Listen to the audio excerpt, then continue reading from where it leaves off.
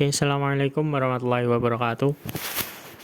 Di sini saya Muhammad Syaifullah ingin membagikan sedikit penjelasan tentang uh, jaringan komputer di Unimus di GKB 2. Jadi di sini saya akan menyambungkan terlebih dahulu laptop saya dengan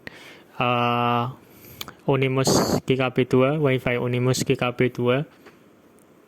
Nah, sumber WiFi di sini dari access point yang ada di lab CPT lantai 3. Access point ini bermerek Ubiquiti Unify ACLR. Access point adalah perangkat jaringan yang berfungsi sebagai penghubung antara perangkat wireless dengan perangkat jaringan. HP sering digunakan dalam jaringan Wi-Fi untuk memperluas jangkauan sinyal, memberikan akses ke jaringan bagi perangkat seperti laptop, smartphone, dan lain sebagainya. Ada beberapa fungsi dari access point, yaitu yang pertama menghubungkan jaringan wireless atau jaringan nirkabel dengan jaringan komputer atau jaringan kabel. Terus yang kedua, memperluas jangkauan jaringan Wi-Fi. Yang ketiga, menyediakan akses multi perangkat. Yang keempat, mengelola akses jaringan. Yang kelima, mengelola keamanan jaringan. HP menyediakan berbagai fitur keamanan seperti WPA, WPA2 atau WPA3, autentikasi perangkat dan isolasi klien untuk melindungi jaringan dari akses tidak sah. Assalamualaikum warahmatullahi wabarakatuh. Ini saya Wahyu meneruskan penjelasan dari Mas Muhammad Saifullah mengenai dari access point connect switch yang berada di ruang panel lantai 3. Switch adalah perangkat jaringan yang berfungsi untuk menghubungkan beberapa perangkat dalam suatu jaringan lokal dan memungkinkan mereka untuk saling bertukar data secara efisien. Switch juga bekerja pada layar 2 data link layar dari model OSI dan menggunakan alamat MAC Media Access Control untuk menggunakan data ke perangkat tujuan. Dan fungsi dari switch yaitu satu, menghubungkan perangkat dalam LAN, menghubungkan komputer, printer, server, atau perangkat lain dalam jaringan lokal sehingga mereka dapat saling berkomunikasi. Yang kedua, pengelolaan lalu lintas data. Switch membaca alamat MAC perangkat tujuan dan memastikan data hanya dikirim ke port yang tepat sehingga lalu lintas data dalam jaringan menjadi lebih efisien dibanding hubungan yang mengirim data ke semua port. Yang ketiga, meningkatkan kinerja jaringan dengan mekanisme pengiriman data langsung ke perangkat tujuan. Switch mengurangi tabrakan data collision dalam jaringan, meningkatkan kecepatan dan efisiensi. Yang keempat, menyediakan port yang banyak. Switch memiliki banyak port sehingga memungkinkan pengembangan jaringan dengan mudah, seperti menambahkan perangkat baru tanpa mengganggu perangkat yang sudah terhubung. Yang kelima, memisahkan domain collision. Setiap port pada switch adalah domain collision yang terpisah, sehingga tabrakan data tidak terjadi antara perangkat yang berfungsi, perangkat yang terhubung ke port yang berbeda. Yang keenam, mendukung VLAN, virtual LAN. Switch yang mendukung virtual LAN memungkinkan pembagian jaringan secara virtual sehingga perangkat dalam virtual LAN yang sama dapat saling berkomunikasi meskipun secara fisik berada di segmen jaringan yang berbeda.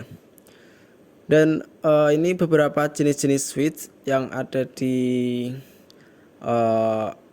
access point. Yang pertama,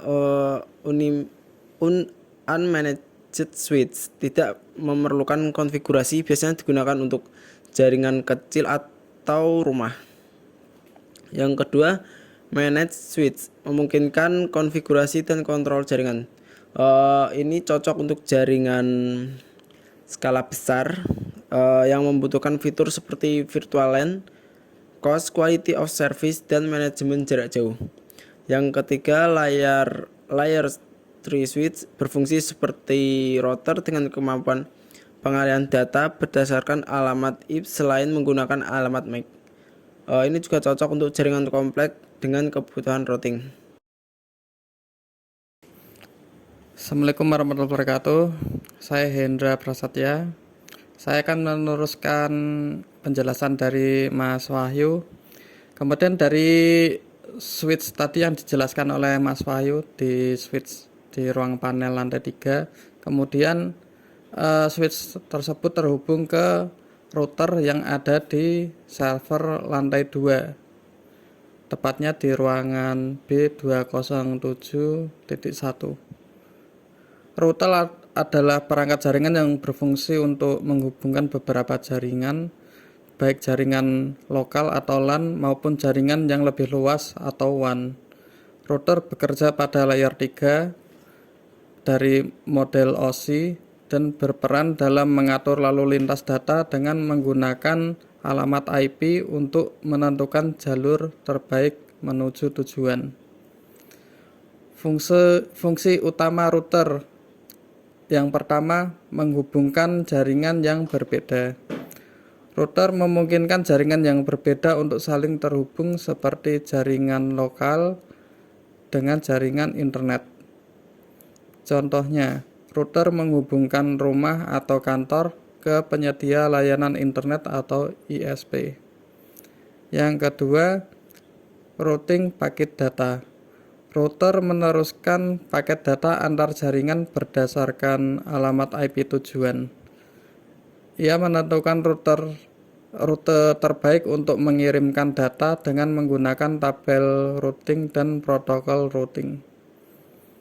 Yang ketiga, mengelola alamat IP. Router menggunakan protokol seperti DHCP atau Dynamic Host Configuration Protocol untuk memberikan alamat IP secara dinamis kepada perangkat dalam jaringan. Ini memastikan bahwa setiap perangkat memiliki alamat IP unik untuk berkomunikasi. Yang keempat, menyediakan keamanan jaringan. Router memiliki fitur keamanan seperti firewall bawaan, NAT atau Network Address Translation, dan pengaturan kontrol akses atau access control list untuk melindungi jaringan dari ancaman luar. Kemudian yang kelima, mendukung konektivitas nirkabel. Router modern sering dilengkapi dengan fungsi access point, memungkinkan perangkat wireless untuk terhubung ke jaringan.